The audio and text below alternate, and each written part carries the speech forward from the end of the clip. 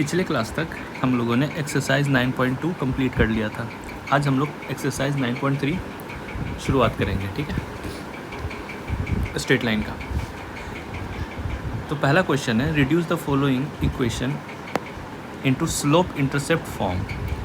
सबसे पहले तो स्लोप इंटरसेप्ट फॉर्म पता होना चाहिए। जो सबसे पहला फॉर्म हम लोगों ने पढ़ा था y = mx + c फॉर्म में, जहाँ पे m स्लोप होता है और c जो है वो y इंटरसेप्ट होता है, ठीक है। तो इस सारी इक्वेशन को स्लोप इंटरसेप्ट फॉर्म में चेंज करके उसका स्लोप और y इंटरसेप्ट बताना है, ठीक है। x + 7y = 0 ये इक्वेशन दिया हुआ है। स्लोप इंटरसेप्ट होता क्या है, y = mx + c। तो ये जो भी गिवन इक्वेशन है उसको इसमें कन्वर्ट करना पड़ेगा। तो क्या कर सकते हैं, सबसे पहले y के टर्म को एक साइड रहने दो, बाकी सबको राइट हैंड साइड में लेके चले जाओ, ये हो गया। फिर y = हम लोग क्या लिख सकते हैं, -1/7x, ठीक है। अब यहाँ पे गौर से अगर हम लोग देखें तो ये y = mx + c में ऑलरेडी आ चुका है ये फॉर्म, जहाँ पे c का वैल्यू 0 है। इसको ऐसे भी लिख सकते हैं ना, y = -1/7x + 0। अगर इन दोनों को इक्वेट करें आपस में तो हम लोग देख सकते हैं जहाँ पे m है वहाँ पे -1/7 वैल्यू है, जहाँ पे c है वहाँ पे 0 वैल्यू है। तो स्लोप कितना हो जाएगा, -1/7, और c को ही y इंटरसेप्ट बोलते हैं, y इंटरसेप्ट 0, ठीक है। Second question, 6x + 3y - 5 = 0। y term को एक साइड रखना है, बाकी सबको RHS साइड में लेके चले जाएंगे, ठीक है। y के कोफिशिएंट को 1 बनाना रहता है, तो y 3 से डिवाइड कर दो, 3 से डिवाइड करेंगे तो ये 2 हो जाएगा, ये 5/2 हो जाएगा। बस ये y = mx + c के फॉर्म में आ गया। इक्वेट करेंगे y = mx + c से, तो यहाँ पे हम लोग देख सकते हैं m का वैल्यू कितना हो जाएगा, -2, और y इंटरसेप्ट c का वैल्यू 5/2, ठीक है। तीसरा में y = 0, इसको हम लोग लिख सकते हैं y = m × 0 प्लस,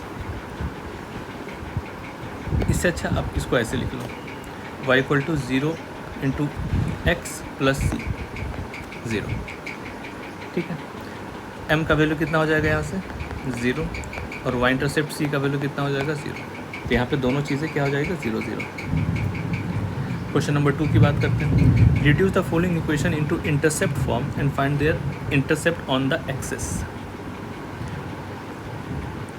अब देखो इंटरसेप्ट फॉर्म क्या होता है, x/x intercept plus y/y intercept = 1। इसी को हम इंटरसेप्ट फॉर्म बोलते हैं, ठीक है। तो इस फॉर्म में हमको कन्वर्ट करना है, ठीक है।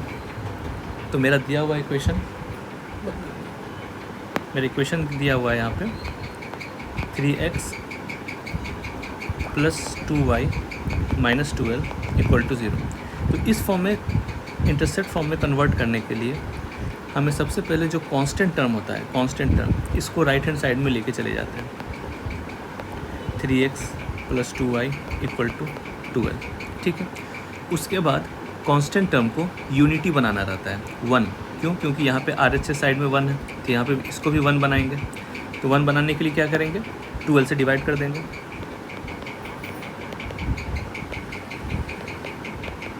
ठीक है। इसको थोड़ा कैंसिल कर दो, 3 4 = 12, 2 6 = 12, ठीक है। तो ये किस में कन्वर्ट हो गया, ये x/4 + y/6 = 1। अगर इसको हम लोग इससे कंपेयर करें, तो हम लोग देख सकते हैं कि इस फॉर्म में, इंटरसेप्ट फॉर्म में आ गया है, जहाँ पे x इंटरसेप्ट का वैल्यू 4 है और y इंटरसेप्ट का वैल्यू 6 है, ठीक है। तो इसमें हम लोगों ने क्या किया, सबसे पहले कांस्टेंट टर्म को राइट हैंड साइड में लेके गए, उसके बाद फिर कांस्टेंट टर्म को 1 बनाया, उसके बाद x के नीचे जो पार्ट है वो x इंटरसेप्ट होता है, और y के नीचे जो पार्ट है वो y इंटरसेप्ट होता है, ठीक है।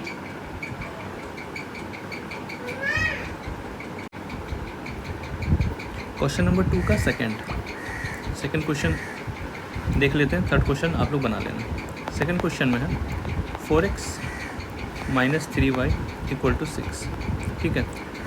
तो कांस्टेंट ऑलरेडी RHS साइड में है, राइट हैंड साइड में है, ठीक है, कोई बात नहीं। अब इसको 1 बनाना है, तो क्या करेंगे, 6 से डिवाइड कर देंगे पूरी इक्वेशन में। कितना बच जाएगा, 2x/3 माइनस y/3 2 = 6 = 1। ठीक है, अब यहाँ पे गौर से देखना कि यहाँ पे एडजस्टमेंट किस तरह से हो रहा है।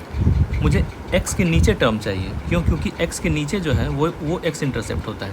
तो x के नीचे के लिए क्या करना पड़ेगा, x/3/2 लिख सकते हैं इसको, क्योंकि 3/2 में 2 फिर उछल के ऊपर ही जा सकता है, चला जाएगा, तो इसको हम लोग ऐसे लिख सकते हैं। इसमें प्लस y/-2 लिख सकते हैं इसको, एक ही चीज़ है। क्यों, क्योंकि इंटरसेप्ट फॉर्म के लिए ये वाला इस फॉर्मेट में होना ज़रूरी है। ठीक है, इसलिए हम लोग इस फॉर्म में होना ज़रूरी है, तो बस इसी फॉर्म में हम लोग इसको एडजस्ट कर रहे हैं। ठीक है, तो यहाँ से हम लोग देख सकते हैं x इंटरसेप्ट और y इंटरसेप्ट कितना है। x इंटरसेप्ट जो x के नीचे आता है 3/2, और y इंटरसेप्ट जो y के नीचे आता है वो -2। ठीक है, इसी तरह से आप क्वेश्चन नंबर 3 ट्राई कर लेना। ठीक है,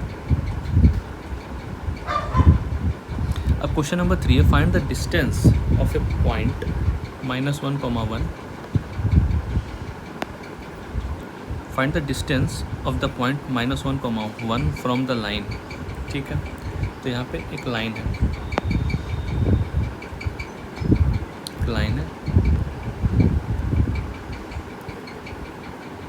पॉइंट क्या दिया हुआ, -1, 1, और लाइन का इक्वेशन दिया हुआ है 12 × x + 6, 12 × x + 6 = 5y-2। तो मुझे इस क्वेश्चन में ये जो पॉइंट यहाँ पे दिया हुआ है ना -1, 1, यहाँ से इस लाइन का डिस्टेंस निकालना है, इस लाइन का डिस्टेंस निकालना है। ये ऑब्वियस सी बात है कि ये परपेंडिकुलर डिस्टेंस की बात कर रहा है। अगर परपेंडिकुलर डिस्टेंस की बात नहीं कर रहा होता, तो क्योंकि यहाँ से ये वाला जो है इनफाइनाइट नंबर ऑफ लाइंस जो है बन सकते हैं इस पॉइंट से इस पॉइंट से इस लाइन पे, तो वो हमको स्पेसिफिकली बताता। लेकिन यहाँ पे सिर्फ डिस्टेंस मुझसे पूछा जा रहा है, जिसका मतलब वो परपेंडिकुलर डिस्टेंस की ही बात कर रहा है, क्योंकि परपेंडिकुलर डिस्टेंस ही सिर्फ एक अकेला डिस्टेंस होगा, सिर्फ एक होगा। ठीक है, तो सबसे पहले ये वाला जो इक्वेशन है ना लाइन का, इसको थोड़ा सा सिंप्लीफाई कर लो, ax + by + c = 0 वाले फॉर्म में कन्वर्ट कर लो इसको। तो 12x + 12 = 72 = 5y - 10। ठीक है, सबको एक साइड लेके चले जाओ, तो 12x - 5y + 82 = 0। ठीक है, ये मेरा ax + by + c वाले फॉर्म में आ गया। ठीक है, अब इस लाइन का डिस्टेंस यहाँ से निकालना है। तो हम लोगों ने क्या पढ़ा था, डिस्टेंस d निकालना है। जहाँ पे x है वहाँ पे x कोऑर्डिनेट रखो -1, -5। जहाँ पे y है वहाँ पे y कोऑर्डिनेट रखो 1 + 82 as it is, divided by under root जो x का जो कोफिशिएंट है 12² प्लस जो y का कोफिशिएंट है -5²। डिस्टेंस पॉजिटिव होता है इसलिए मॉड में डाल दिया। ये कितना हो जाएगा, -12 -5 + 82 डिवाइडेड बाई 12² 144 और 5 का 25। ठीक है, ये हो जाएगा 82 - 17 डिवाइडेड बाई अंडर रूट 169।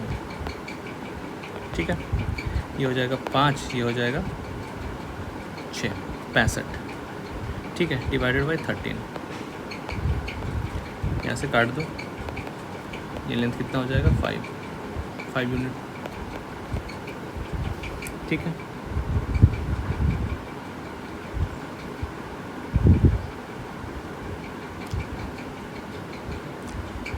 आगे चलते हैं।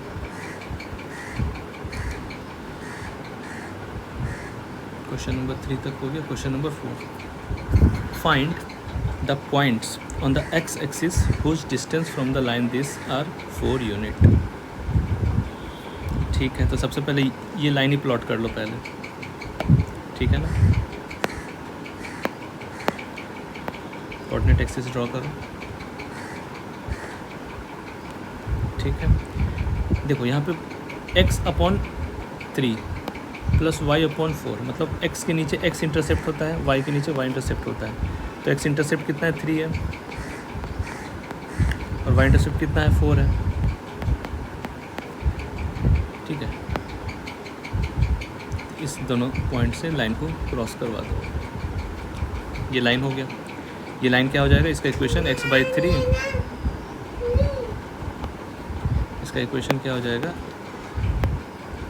x/3 plus y/4 is equal to 1।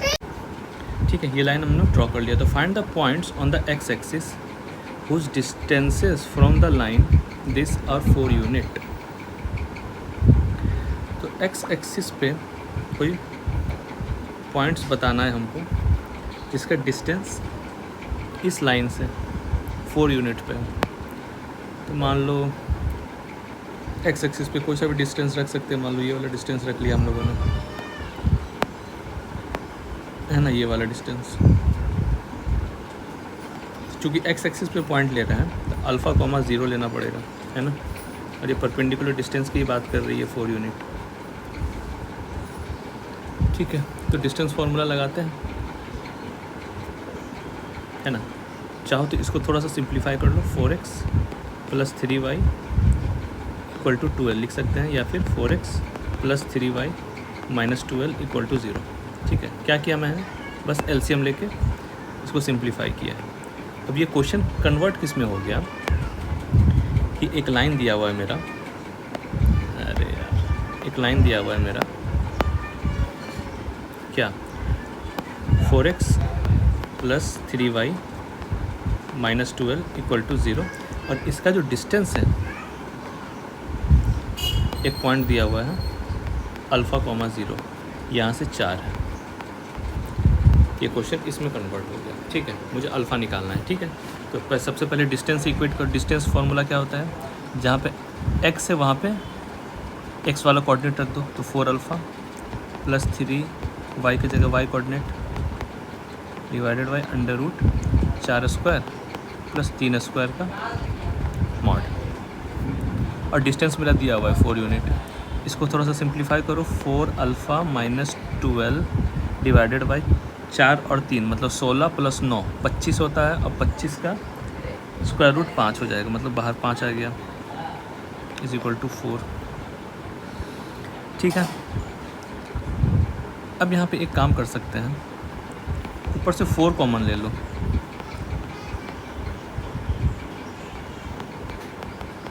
ये 4 और ये 4 कैंसिल कर सकते हैं हम लोग।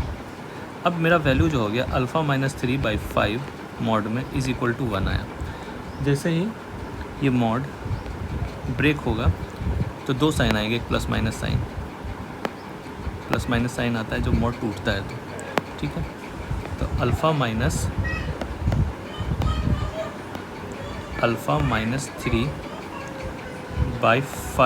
Is equal to ±1। 5 को उधर भेज दो, α-5 इक्वल टू ±5। ठीक है, अब यहाँ से 2 केसेस लेना पड़ेगा, एक बार प्लस साइन लेना पड़ेगा, एक बार माइनस साइन लेना पड़ेगा। प्लस साइन अगर लिया तो α-3 is equal to 5, minus sine लिया तो α-3 इज इक्वल टू -5। अल्फ़ा का वैल्यू कितना आ जाएगा यहाँ पे 8, अल्फ़ा का वैल्यू कितना आ जाएगा 3 - 5 मतलब -2। तो अब यहाँ पे क्वेश्चन में क्या बोल रहा था, find the points on the x axis. x axis पे पॉइंट्स, तो मैं देख सकता हूँ यहाँ पे 2 पॉइंट्स होगा, 2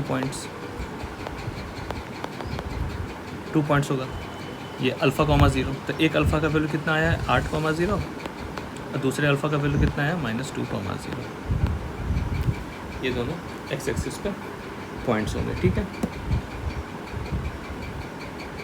next question number 5, find the distance between the parallel line this and this. हम लोगों को फॉर्मूला हम लोगों ने पढ़ा है, 2 पैरेलल लाइन अगर दिया हुआ है तो इन दोनों के बीच का जो मतलब डिस्टेंस है d, वो क्या होता है, अगर ये ax plus by plus c1 equal to 0 है, ax plus by plus c2 equal to 0 है, अगर ये दोनों लाइन है तो डिस्टेंस फार्मूला क्या होता है, पैरेलल लाइन के बीच में c1 minus c2 divided by √a² plus b² का मॉड। ये हम लोगों ने शुरू में पढ़ा है। तो यहाँ पे 2 पैरेलल लाइन दिया हुआ है। ठीक है, पे दो पैरेलल लाइन दिया हुआ है, क्या है 15x plus 8y minus 34 equal to 0, और दूसरा है 15x plus 8y plus 31 is equal to 0।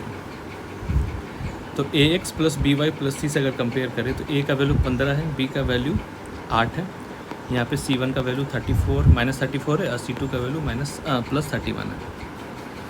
ठीक है, तो लगाते हैं formula d is equal to, मान लो c2 माइनस c1 लिया तो 31 minus of minus 34 divided by under root 15 square plus 8 square, mod में डाल देते हैं क्योंकि डिस्टेंस है। ये कितना हो जाएगा, जोड़ दो जरा, 31 प्लस 34 65 डिवाइडेड बाई 15 का स्क्वायर 225, 8 का स्क्वायर 64, इसका अंडर रूट।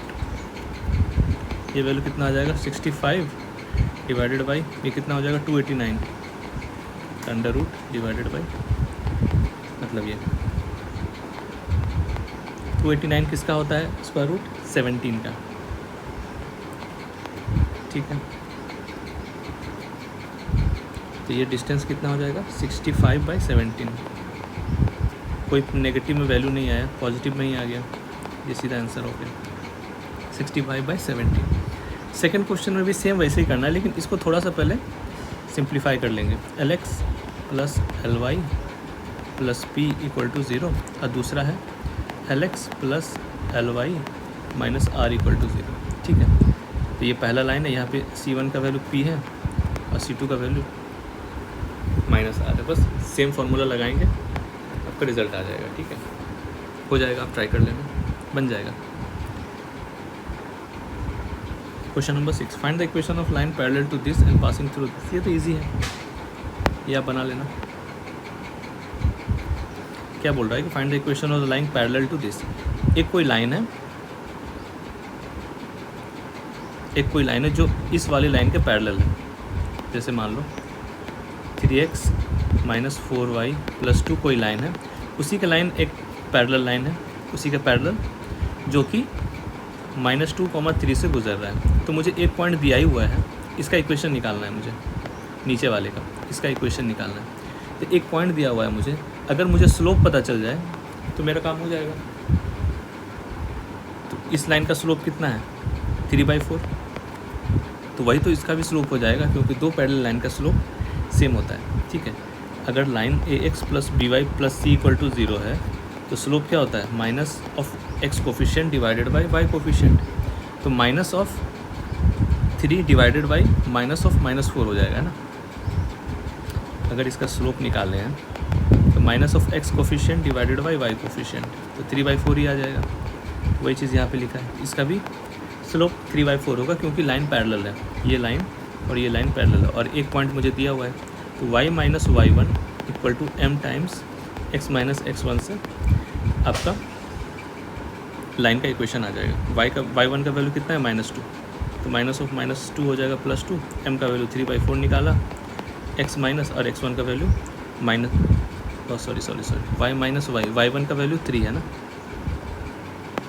y1 का वैल्यू 3 है, m का वैल्यू 3/4, x माइनस ऑफ -2 मतलब +2 हो जाएगा। बस इसको सिंप्लीफाई करके लिख लेना। ठीक है, 4 को इस साइड LHS साइड में भेज देना, सारे x y टर्म को एक साथ ले आना, हो जाएगा। ठीक है, find the equation of the line perpendicular to this and having x intercept 3। ठीक है, मतलब ऐसा लाइन का इक्वेशन निकालना है जो इस लाइन के परपेंडिकुलर है। ठीक है, तो मान लो कोई लाइन होगा ऐसा, x minus 7y plus 5 equal to 0, और इसी का परपेंडिकुलर एक कोई लाइन है। ठीक है ना, इसी का परपेंडिकुलर कोई लाइन है जिसका x इंटरसेप्ट जो है वो 3 दिया हुआ है। ठीक है, x इंटरसेप्ट 3 का मतलब क्या हुआ, x इंटरसेप्ट 3 का, चलो इसको डायग्राम से ही देखते हैं कैसे, क्या कहना क्या चाह रहा है। जैसे मान लो कोऑर्डिनेट एक्सिस है, एक्स इंटरसेप्ट बोल रहा है 3, तो ये अगर पॉइंट है कोई ए, एक्स इंटरसेप्ट 3 का मतलब है कि 3,0 है इस वाले लाइन, और ये वाला जो लाइन है, ये लाइन एक दूसरे लाइन के परपेंडिकुलर है, ठीक है, जिसका इक्वेशन दिया हुआ है x minus 7y plus 5 equal to 0, ठीक है। तो यहाँ पे अगर इस लाइन L की इक्वेशन की बात की जाए तो एक पॉइंट तो मुझे दिया हुआ है 3,0, अगर इसका स्लोप पता चल जाएगा तो मेरा काम हो जाएगा। तो स्लोप कैसे निकलेगा? सबसे पहले इस लाइन का स्लोप निकालो, minus of x coefficient divided by y का कोफिशिएंट 1/7। इसका स्लोप मान लो m1 है और इसका m2 है मान लो। दो लाइन परपेंडिकुलर है, दोनों के स्लोप का प्रोडक्ट क्या होगा? -1 होगा। तो m1 m2 का वैल्यू -1 होना चाहिए। m1 कितना दिया हुआ है? 1/7, और m2 को m2 ही रहने दो, तो m2 का वैल्यू कितना हो जाएगा? -1/7, ठीक है। तो एक पॉइंट मुझे मिल गया, एक स्लोप मुझे मिल गया, y minus y1 equal to m times x minus x1। ये मेरा equation of the straight line आ गया, ठीक है। अब इसको थोड़ा सा सिंप्लीफाई करना है तो 7 को उधर भेज दो, 7y is equal to -x plus 3, सबको एक साइड लेके आ जाओ, तो x plus 7y minus 3 equal to 0। ये कर दो, इसको भी सेम वैसे ही कर देना है जैसे ये वाला किया, सिंप्लीफाई करके ax plus by plus c के फॉर्म में। आगे बढ़ते हैं। Find angles between the lines this and this, ठीक है। अब angle between the two line हम लोगों ने पढ़ा हुआ है, angle between the two lines हम लोगों ने पढ़ा हुआ है। अगर ये थीटा है, ये एंगल अगर थीटा है, और इस लाइन का स्लोप अगर m1 है और इस लाइन का स्लोप अगर m2 है, तो tan थीटा बराबर क्या होता है? m1 minus m2 divided by 1 plus m1 m2 का मॉड। और यहाँ पे थीटा क्या होता है? एक्यूट एंगल होता है, ये हम लोगों ने थ्योरी में पढ़ा है। तो इस लाइन की m1 मान लेते हैं और इस लाइन को क्या मान लेते हैं? m2। मतलब स्लोप अगर इस लाइन का m1 माने तो minus of x coefficient divided by y coefficient, मतलब -√3 हो जाएगा आपका m1 का वैल्यू। इसका अगर स्लोप निकाले तो minus of x coefficient divided by y का कोफिशिएंट, तो -1/√3 m2 का वैल्यू हो गया, ठीक। तो इन दोनों के बीच का एंगल निकालना है, तो निकाल देते हैं। अब फॉर्मूला ही तो लगाना है, tan theta is equal to m1 minus of minus, तो प्लस हो जाएगा, upon 1 plus m1 into m2, ठीक है। थोड़ा सा इसको सिंप्लीफाई कर लो, तो हो जाएगा, एलसीएम ले लेंगे, तो ये -3 हो जाएगा, +1 डिवाइडेड बाई √3 डिवाइडेड बाई, यहाँ पे √3 कैंसिल होता हुआ दिख रहा है मुझे, ये √3 और ये √3 कैंसिल हो जाएगा, और ये माइनस और ये माइनस प्लस हो जाएगा, तो 1 + 1 2 आ जाएगा नीचे। थोड़ा सा सिंप्लीफाई करो इसको, तो -3 + 1 -2 डिवाइडेड बाई √3, और ये नीचे में 2 है।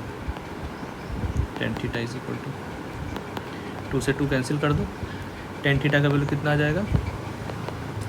-1/√3। चूँकि मॉड है इसको पॉजिटिव बनाएंगे, तो थीटा का वैल्यू कितना आ जाएगा? थीटा का वैल्यू कितना आ जाएगा?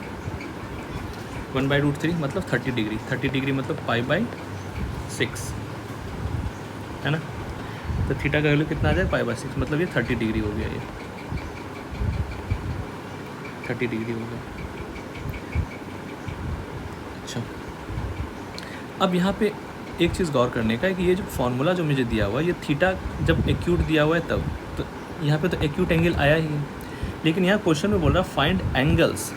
तो आप यहाँ पे गौर से देखना, जब दो लाइन क्रॉस कर रहा है ना एक दूसरे को, तो एक तो ये एंगल बन रहा है, ठीक है, और एक ये भी एंगल बन रहा है। जब भी दो लाइन एक दूसरे को क्रॉस करता है तो दो एंगल बनता है, ठीक है।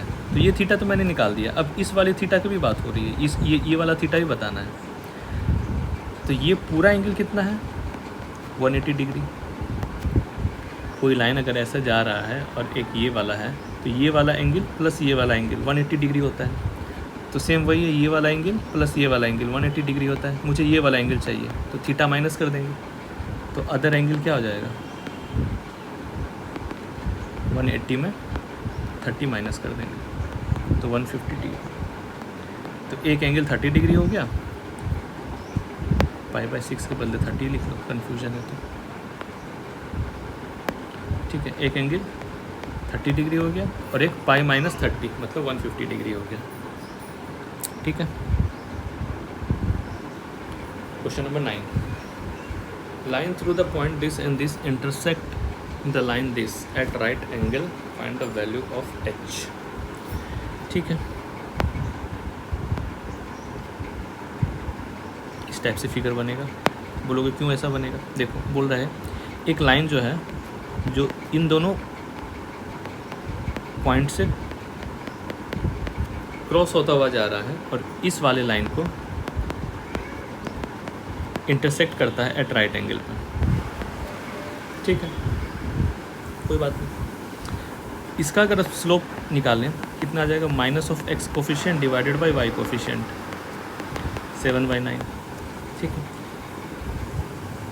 इसका अगर स्लोप निकालें तो क्या आ जाएगा, y-y1 डिवाइडेड बाय h-4। अब मुझे एक चीज़ पता है कि अगर इसका स्लोप m1 है, इसका स्लोप m2 है, तो दो परपेंडिकुलर लाइन के स्लोप का प्रोडक्ट -1 होता है, तो इन दोनों के प्रोडक्ट को -1 के बराबर कर दो, तो 7/9 इंटू ये हो जाएगा 3-1 2 डिवाइडेड बाई h-4, इसका वैल्यू -1, ठीक है। थोड़ा सा क्रॉस मल्टीप्लाई कर लो, 9 into h-4 is equal to 7 2 जा 14, ये हो जाएगा 9h - 36 इक्वल टू 14, तो 9h इक्वल टू कितना हो जाएगा 36 + 14, 6 4 10, 3 1 4 5, यहाँ से h का वैल्यू कितना आ जाएगा 50/9, ठीक है। कितना आ गया वैल्यू 50/9, ये सही किया मैंने, 9 इंटू h-4 मीन्स मिस्टेक कर दिया क्रॉस मल्टीप्लिकेशन में, ये माइनस है ना राइट हैंड साइड में, ये देखो 7 2 जा 14 हो गया और यहाँ पे माइनस है 9h - 36, ठीक है, ये हो जाएगा -9h प्लस 36 14। अब 9h को एक साथ एक तरफ ले आओ, 9h इक्वल टू 36 - 14, 6 में 4 गया 2, 3 में 1 गया 2, तो h का वैल्यू कितना आ जाएगा 22/9, ठीक है, ये वैल्यू आ जाएगा 22/9 h का।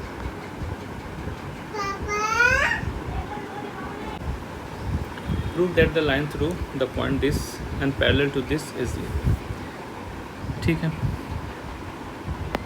इसका फिगर कैसे बनेगा, दो लाइन पैरेलल है, ठीक है। एक का इक्वेशन दिया हुआ है ax + by + c = 0, इसी के पैरेलल एक दूसरा लाइन है जो x1, y1 से क्रॉस कर रहा है, ठीक है। इस लाइन का इक्वेशन निकालना है, इस वाले लाइन का L का। तो इस लाइन का अगर स्लोप देखें तो हम लोग लिख सकते हैं -(x) coefficient divided by y coefficient. चूँकि ये लाइन और ये लाइन पैरेलल है तो इसका स्लोप भी वही हो जाएगा, है ना। अब मुझे स्लोप दिया ही हुआ है और एक पॉइंट दिया ही हुआ है जहाँ से क्रॉस कर रहा है, तो इसका लाइन का इक्वेशन निकल सकता है। इक्वेशन ऑफ लाइन L क्या हो जाएगा, y - y1 equal to m का वैल्यू कितना है -a/b इंटू x - x1 का वैल्यू यहाँ x1 ही दिया हुआ है, ठीक है। b को थोड़ा सा क्रॉस मल्टीप्लाई कर दो, तो by - y1b is equal to -ax + ax1, ठीक है। अब एक काम करो, यहाँ पे ये प्रूफ करना है मुझे, तो a कॉमन लेना पड़ेगा। अरे यार इसमें तो कुछ करना ही नहीं था, इसमें तो कुछ करना ही नहीं था भाई। b को सिर्फ इधर लेके चले जाओ, equal to -a x - x1 x, अब इस वाले टर्म को भी इधर लेके चले जाओ, तो माइनस था LHS में आएगा तो पॉजिटिव हो जाएगा, इक्वल टू 0। ठीक है, ये प्रूफ हो गया मेरा। ठीक है, next question number 11। Two lines passing through this intersect, two lines passing through the point 2, 3 intersect each other at angle of 60 degree if slope of one line is 2, find the equation of other line। मतलब दो line एक दूसरे को cross कर रहा है, कहाँ से क्रॉस कर रहा है, किस जगह से पास कर रहा है, 2, 3 से। तो ये जो पॉइंट है 2, 3 है, इसको कुछ ए मान लो, ए पॉइंट। अब बोल रहा है इसमें से कि 60 डिग्री पे क्रॉस कर रहा है एक दूसरे को। If slope of one line, इस लाइन का स्लोप दिया हुआ है 2, find the equation of other line. इस लाइन का इक्वेशन निकालना है। ठीक है, कैसे निकलेगा? देखो ये लाइन मान लो L लाइन है, एक पॉइंट तो मुझे दिया हुआ है 2, 3 जहाँ से ये क्रॉस कर रहा है। अगर इस लाइन का स्लोप मुझे मिल जाए तो मेरा काम हो जाएगा।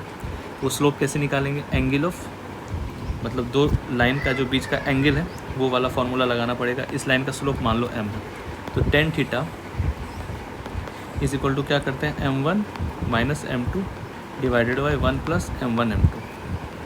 अब यहाँ पे थीटा का वैल्यू कितना है, 60, tan 60 रख दो, ये हो जाएगा 2 minus m divided by 1 plus twice m is equal to tan 60 होता है √3। ठीक है, अब यहाँ पे फिर से वही काम करना पड़ेगा।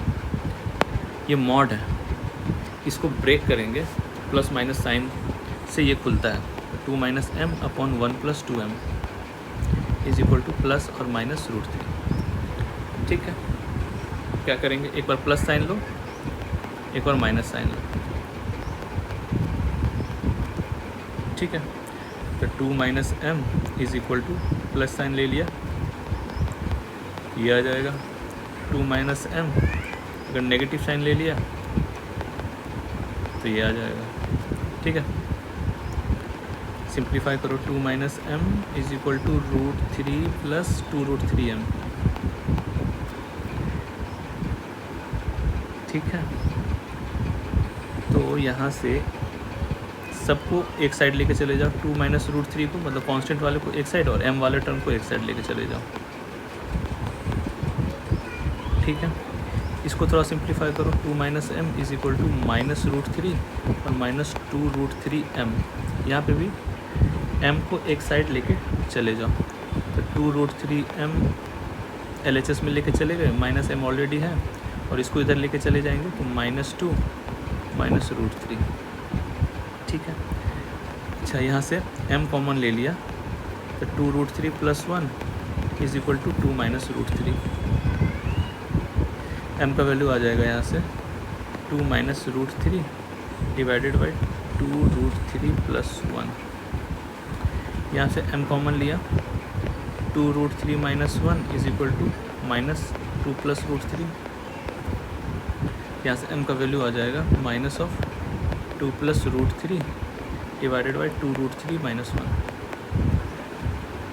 ये m का वैल्यू आया, m का वैल्यू आ गया।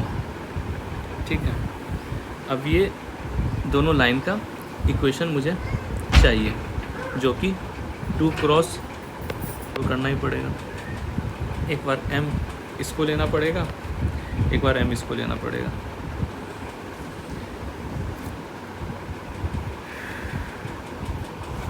ठीक है, तो फर्स्ट वाली लाइन का इक्वेशन क्या आएगा, y माइनस y1, मान लो L1 यहाँ पे लिखा, y माइनस y1 का वैल्यू 3 है, इंटू m, मान लो ये वाला m लिया, y minus y1 equal to m into x minus x1। ठीक है, और दूसरे वाले लाइन का इक्वेशन क्या आ जाएगा, y minus y1 equal to ये वाला m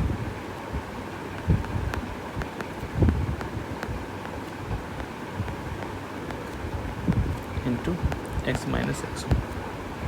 बस इन दोनों को सॉल्व कर लेना है, बस कुछ नहीं करना। इसको क्रॉस मल्टीप्लाई करके x plus b y plus c के फॉर्म में चेंज करना है, इसको भी क्रॉस मल्टीप्लाई कर लेना और 2 इक्वेशन आ जाएगा मेरा।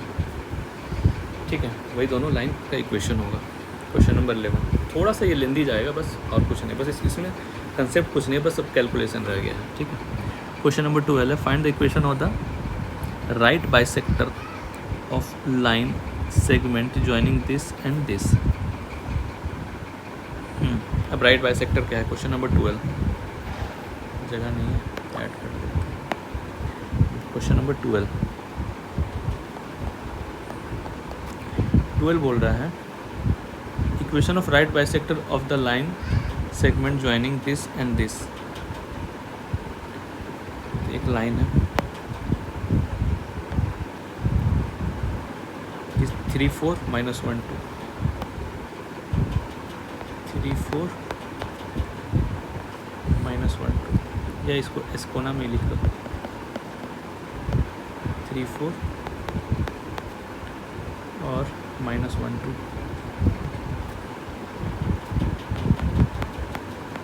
राइट बाइसेक्टर का मतलब है कि थ्रू मिड पॉइंट कोई एक लाइन क्रॉस कर रहा है। राइट बाइसेक्टर का मतलब राइट एंगल बाइसेक्टर की बात हो रही है। नहीं, राइट बाइसेक्टर का मतलब the equation of right bisector of the line segment है। राइट बाइसेक्टर का मतलब इस वाले लाइन का राइट बाइसेक्टर ये होगा। राइट बाइसेक्टर का मतलब जो इस लाइन के परपेंडिकुलर भी हो और थ्रू मिड पॉइंट जो है वो निकले भी। राइट बाइसेक्टर का मतलब ये हो। तो इस वाले का हम लोग निकाल सकते हैं कोऑर्डिनेट मिड पॉइंट थ्योरम से, x1 + x2/2 और y1 + y2/2। थियरी शुरू के 1 या 2 क्लास में मैंने कवर किया और मिड पॉइंट थ्योरम तो फर्स्ट क्लास में ही कवर किया है। ठीक है, तो 3 - 1 2 हो जाएगा, 2/2 1, 4 + 2 6, 6/2 3।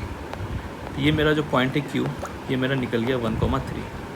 अब इस लाइन का इक्वेशन के लिए एक पॉइंट मुझे मिल गया है जहाँ से वो क्रॉस कर रहा है। अगर एक स्लोप मिल जाए तो मेरा काम हो जाए। तो स्लोप आ जाएगा यहाँ से, इस वाली लाइन का मुझे पता है स्लोप, ये x1 y1 है, ये x2 y2 है।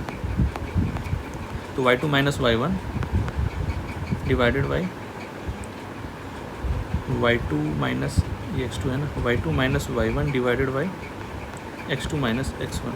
ये कितना हो जाएगा -2, ये -4, ये 1/2। तो जब इस लाइन का स्लोप 1/2 आ गया है तो इस वाले स्लोप का लाइन कितना आ जाएगा -2।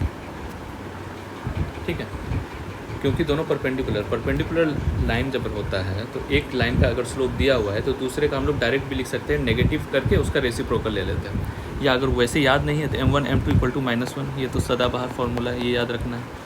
इस लाइन का स्लोप कितना है 1/2 है और इस लाइन का स्लोप मान लो m2 है, m2 का वैल्यू कितना हो जाएगा -2। चाहे तो ऐसे निकाल लो, अगर ऐसे डायरेक्ट लिखने में दिक्कत हो रहा है तो ठीक है। स्लोप -2 आ गया है और पॉइंट जहाँ से वो क्रॉस कर रहा है 1,3 है। तो y - y1 = m times x - x1। Simplify कर लो, y - 3 = -2x + 2, एक साइड लेके चले जाओ, 2x + y - 5 = 0। ठीक, ये मेरा क्वेश्चन हो जाएगा।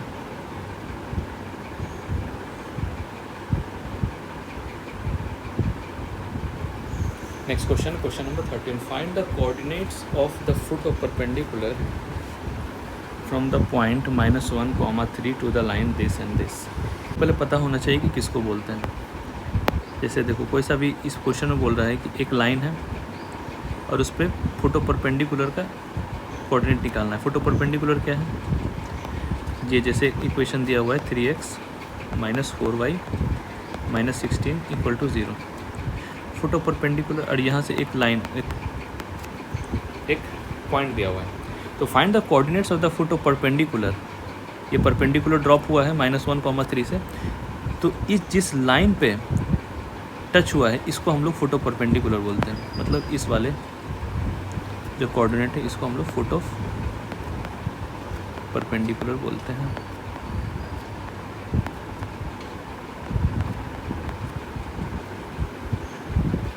ठीक है। तो इसका मुझे क्या चाहिए, फाइंड द कोऑर्डिनेट्स। अगर Q है तो इस पॉइंट का कोऑर्डिनेट चाहिए अल्फ़ा बीटा। ठीक है, कैसे निकलेगा?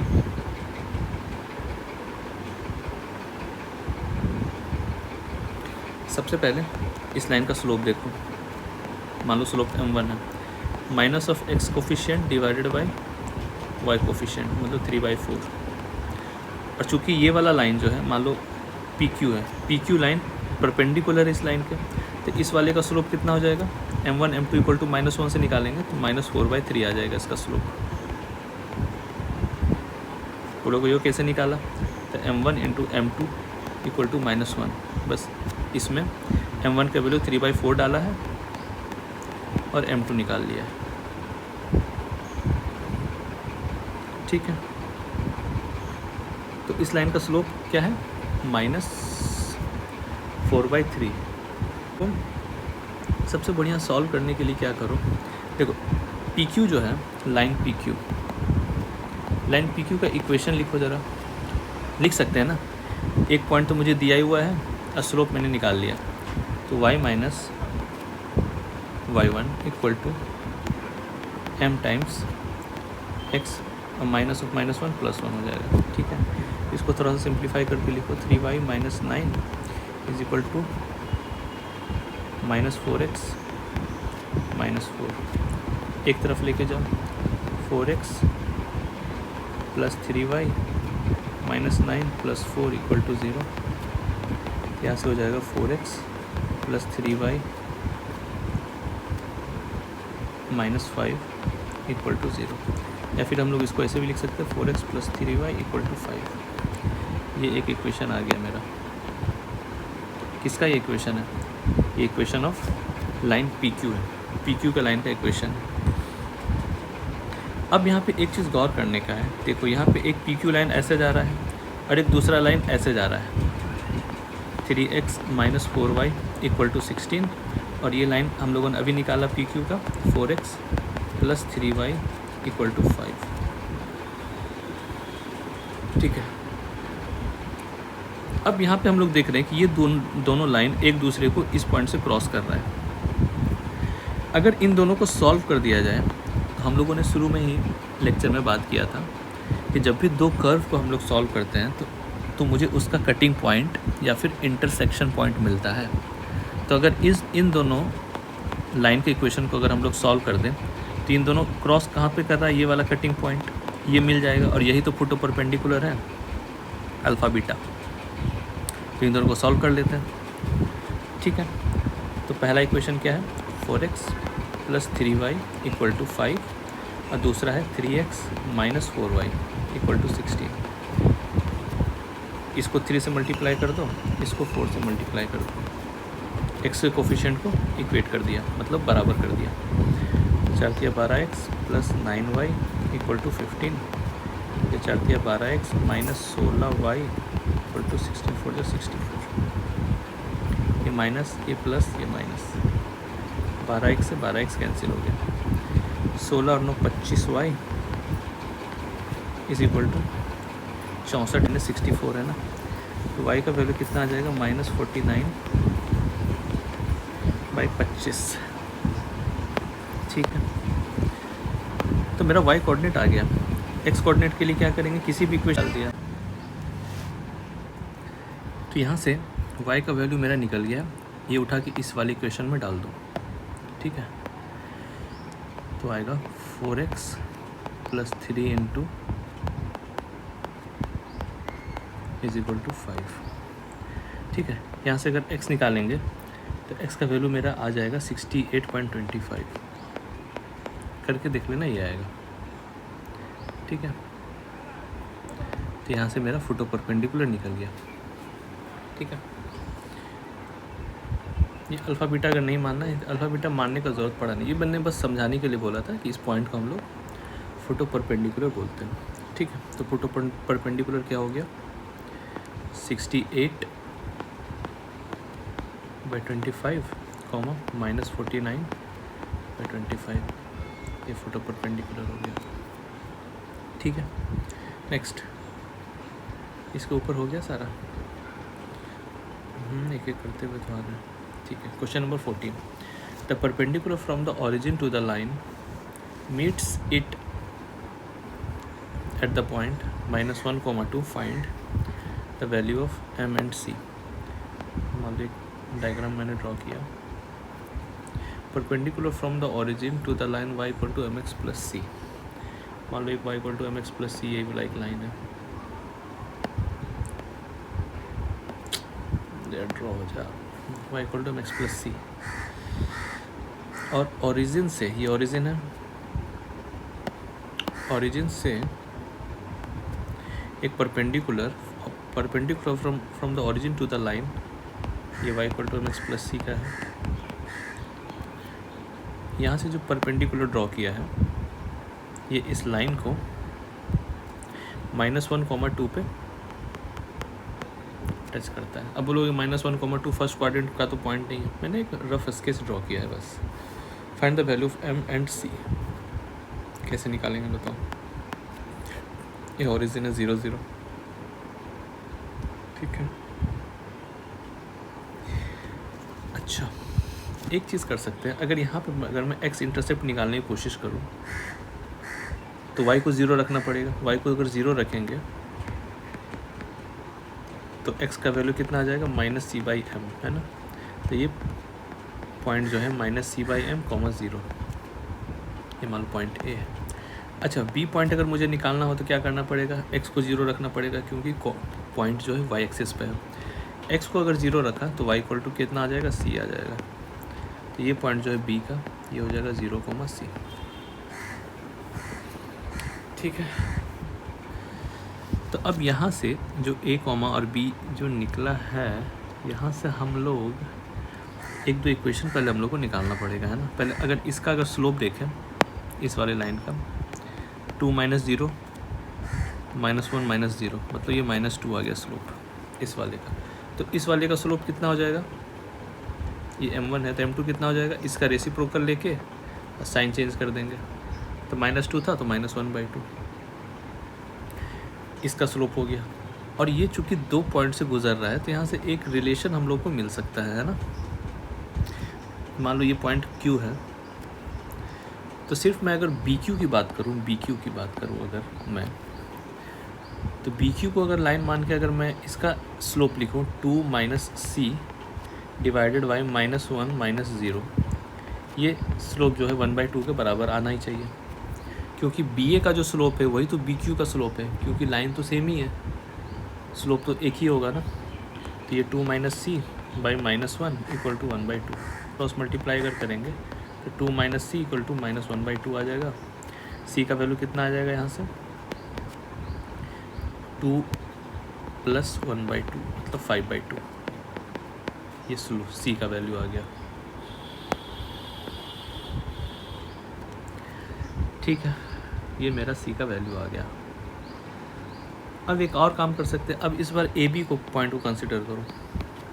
AB का स्लोप निकालो तो कितना आ जाएगा, c - 0 divided by 0 minus of -c/m, तो +c/m, और इसका वैल्यू भी तो 1/2 होगा क्योंकि लाइन तो वही है AB,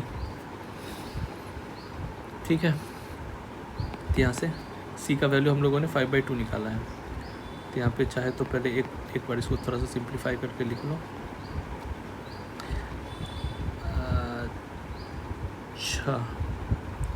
अच्छा, c/mc/c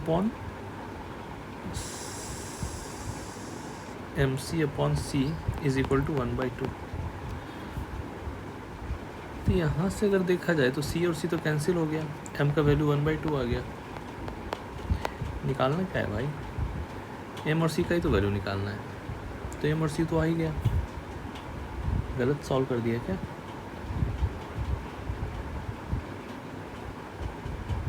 नहीं, ठीक है। c का वैल्यू 5/2 और m का वैल्यू 1/2, ये मतलब इजी वे में निकल गया, है ना।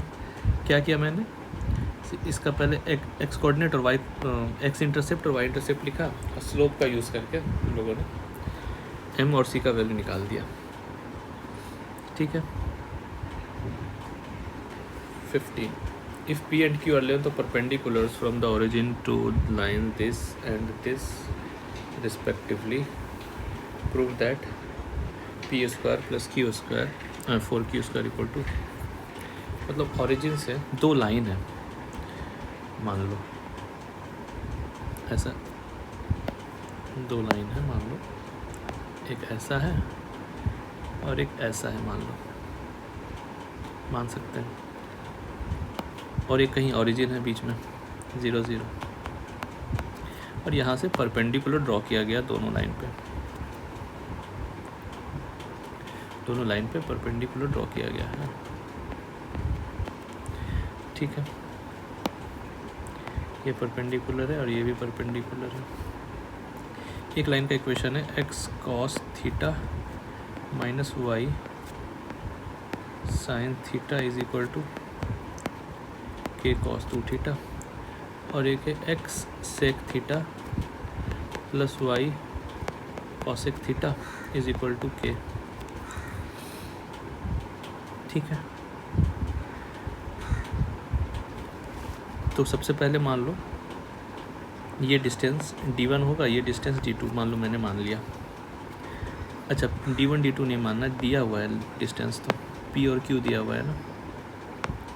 अच्छा p कौन सा डिस्टेंस है, x cos थीटा वाला, मतलब ये वाला p है और ये वाला q है। तो p लेंथ अगर मैं निकालना चाहूँ तो ये 0 और ये 0 को जो है यहाँ पे रखना पड़ेगा x में, तो ये 0 हो गया, ये 0 हो गया, सिर्फ न्यूमरेटर में बचेगा minus k cos 2 theta divided by x का कोफिशिएंट cos थीटा का स्क्वायर, y का कोफिशिएंट माइनस साइन थीटा का स्क्वायर, ठीक है। ये बच जाएगा माइनस k cos 2 थीटा और sign square theta cos square theta 1 होता है, तो p का वैल्यू तो यही हो गया। अच्छा p को अगर स्क्वायर कर दें, चूँकि जो प्रूफ करना है उसमें p का स्क्वायर है, तो इसको इसका स्क्वायर करेंगे तो k square cos square 2 theta आएगा। इसको इक्वेशन 1 मान लो। अब दूसरा वाला यूज़ करते हैं q वाला, q इक्वल टू करेंगे तो 0 0 रखेंगे, तो ये भी 0 ये भी 0, तो न्यूमरेटर में minus k divided by under root sec square plus cosec square, है ना। Sec square theta plus cosec square theta, इसका मॉड ले लिया, ठीक है।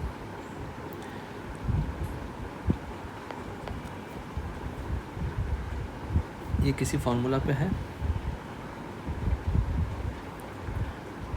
ये वाला तो फॉर्मूला पे था, ये वाला पे तो नहीं है, तो मतलब मुझे साइन कॉस में ही बदलना पड़ेगा इसमें, और कोई दूसरा चारा तो दिख नहीं रहा।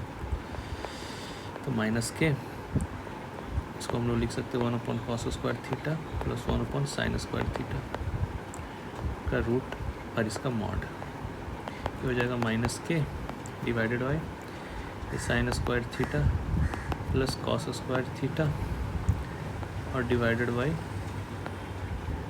साइन स्क्वायर कॉस स्क्वायर, ठीक है। इसका मॉड है,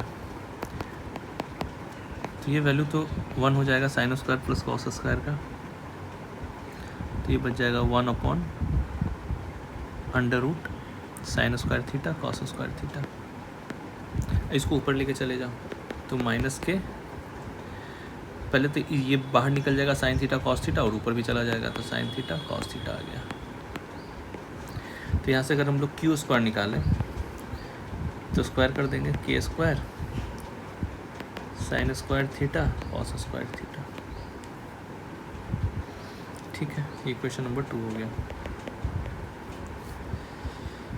अब P square plus 4Q square, हम इन दोनों को ऐड करना पड़ेगा। अब इसको 4 से मल्टीप्लाई भी कर देते हैं, 4Q स्क्वायर, चूँकि LHS में बोला हुआ है, तो ये हो जाएगा 4K square sine square theta cos square theta, ठीक है। अब ऐड करो ज़रा 1 और 2 को, इसको 2 मान लो, ऐड करेंगे अगर 1 और 2 को तो क्या आएगा 1 प्लस 2, ये आ जाएगा के square cos square 2 theta plus 4K square sine square theta cos square theta, ठीक है। साइन 2 यहाँ से हम लोग एक काम कर सकते हैं, के स्क्वायर कॉमन ले सकते हैं। के स्क्वायर अगर कॉमन ले लें तो cos square 2 theta plus 4 sine square theta cos square theta. ये cos square 2 theta as it is रहने दो। अच्छा, एक चीज़ मुझे बताओ, ये 4 साइन 2 थीटा है, ठीक है। एक फार्मूला होता है साइन 2 थीटा का, 2 sine theta into cos theta, ये होता है। अगर मैं इसको पूरे टर्म को 2 साइन थीटा कॉस थीटा का होल स्क्वायर लिख दूँ तो कोई दिक्कत है? मुझे लगता है कोई दिक्कत नहीं है। 4 sine square cos square theta को हम लोग 2 साइन थीटा कॉस थीटा का होल स्क्वायर लिख सकते हैं, क्योंकि इसको अगर सिंप्लीफाई करेंगे तो वही ओरिजिनल आ जाएगा। लेकिन 2 साइन थीटा कॉस थीटा के बदले हम लोग साइन 2 थीटा लिख सकते हैं। यहाँ पर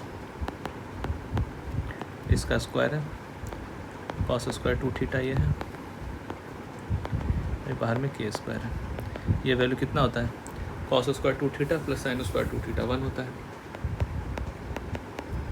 ये के स्क्वायर आ गया, तो मेरा RHS प्रूफ हो गया। ये प्रूफ करना था ना कि this square plus this square जो है के स्क्वायर के बराबर आना चाहिए, के स्क्वायर के बराबर आ गया। ठीक है। क्वेश्चन नंबर 16, क्वेश्चन नंबर 16 देखो भाई क्या है। In a triangle ABC with vertices this find the equation of the length of altitude from vertex. ये आप सॉल्व करोगे, मैं बस थोड़ा सा बता देता हूँ हिंट, ठीक है।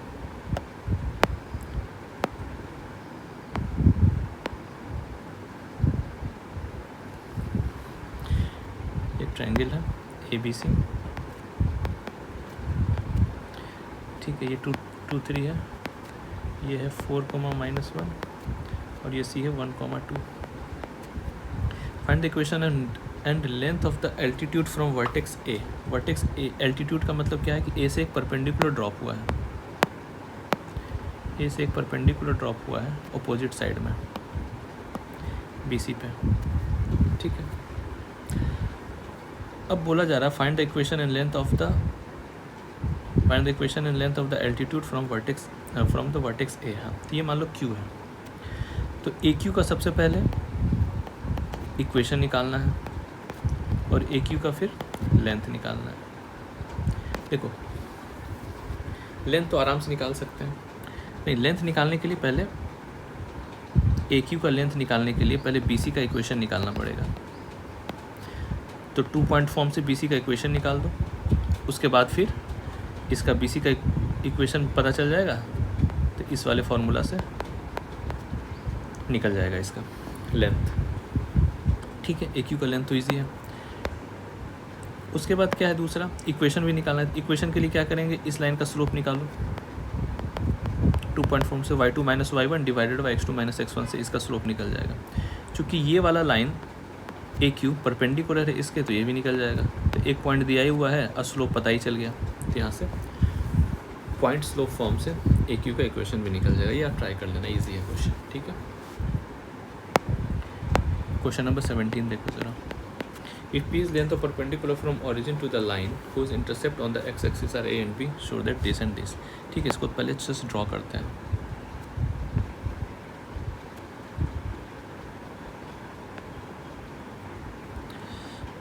ये x-axis है, ये y-axis है, ये पॉइंट A और ये पॉइंट B है, मान लो। If P is the length of perpendicular from the origin to the line, P जो है लेंथ ऑफ परपेंडिकुलर है ओरिजिन से इस लाइन पे, ये मान लो O है, ये मान लो Q है, ठीक है। If P is the length of perpendicular, ये P लेंथ दिया हुआ है, to the line whose intercept on the axis A and B, तो मतलब ये A, 0 दिया हुआ है पॉइंट A, और ये दिया हुआ है 0 B, क्योंकि बोल रहा है कि एक्सिस पे जो इंटरसेप्ट है, x इंटरसेप्ट A है और y इंटरसेप्ट B है, तो कोऑर्डिनेट तो वही हो जाएगा ना, A, 0 और 0 B। तो 1/p² = 1/a² प्लस 1/b² करना है, ठीक है। कैसे करेंगे,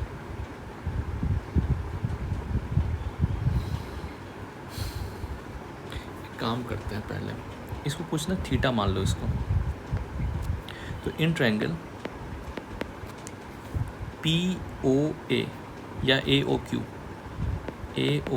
नीचे वाले ट्रायंगल में मुझे ऐसा थीटा लेना है जिससे मैं इस वाले साइड को और इस वाले साइड को रिलेट कर सकूं। तो थीटा के साथ जो लगा हुआ एंगल होता है वो कॉस थीटा ही लेना पड़ेगा मुझे। कॉस थीटा का वैल्यू ही होता है ये वाला लेंथ ए है, तो ए नहीं सॉरी, ये तो सबसे बड़ा लेंथ है ना, हाइपोटेनस है ये हाइपोटेनस है। ये लगा हुआ P और divided by hypotenuse A। Right angle triangle ये है ना, राइट एंगल ट्रायंगल के अपोजिट साइड वाला जो है वो हाइपोटेनस होता है, तो P/A लिख दिया यहाँ पे, ठीक है। तो यहाँ पे अगर देखा जाए तो A = हम लोग लिख सकते हैं P/cos थीटा। सबसे पहले तो इक्वेशन 1 यही हो गया। फिर इस ट्रायंगल में, ऊपर वाले ट्रायंगल में, इन ट्रायंगल BOQ में ऐसा थीटा मुझे लेना पड़ेगा जिससे मैं P और B को इक्वेट करा सकूं, ठीक है। तो क्या लेना पड़ेगा, अगर ये थीटा लिया तो ये कितना थीटा हो जाता है, 90 माइनस थीटा होगा, क्योंकि ये वाला थीटा मैंने ले लिया है ऑलरेडी, तो ऊपर वाला हो जाएगा 90 माइनस थीटा। अच्छा, रिलेट किससे कराना पड़ेगा, कॉस थीटा ही लेना पड़ेगा यहाँ पर। तो कॉस ऑफ 90 माइनस थीटा जो है ये लेंगे तो आ जाएगा P/B। और मुझे पता है cos 90 minus theta sine theta होता है, इसका मतलब साइन थीटा का वैल्यू P/B आ गया है। यहाँ से अगर B निकालें तो P/sin थीटा, ये इक्वेशन नंबर 2 हो गया।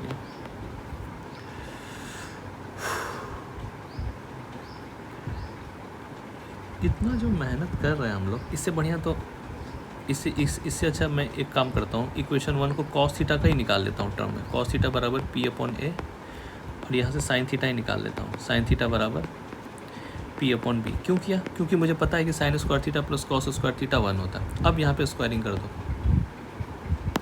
तो कितना हो जाएगा, sine square theta plus cos square theta, LHS में आ जाएगा, ये आ जाएगा P² प्लस P²/B²। ये वैल्यू तो 1 ही हो गया, तो कितना आ जाएगा, 1 = P² प्लस P²/B²। तो यहाँ से P² अगर कॉमन ले लिया तो 1/A² प्लस 1/B² = 1। P² को उधर भेज दो तो 1/A² प्लस 1/B² = 1/P²।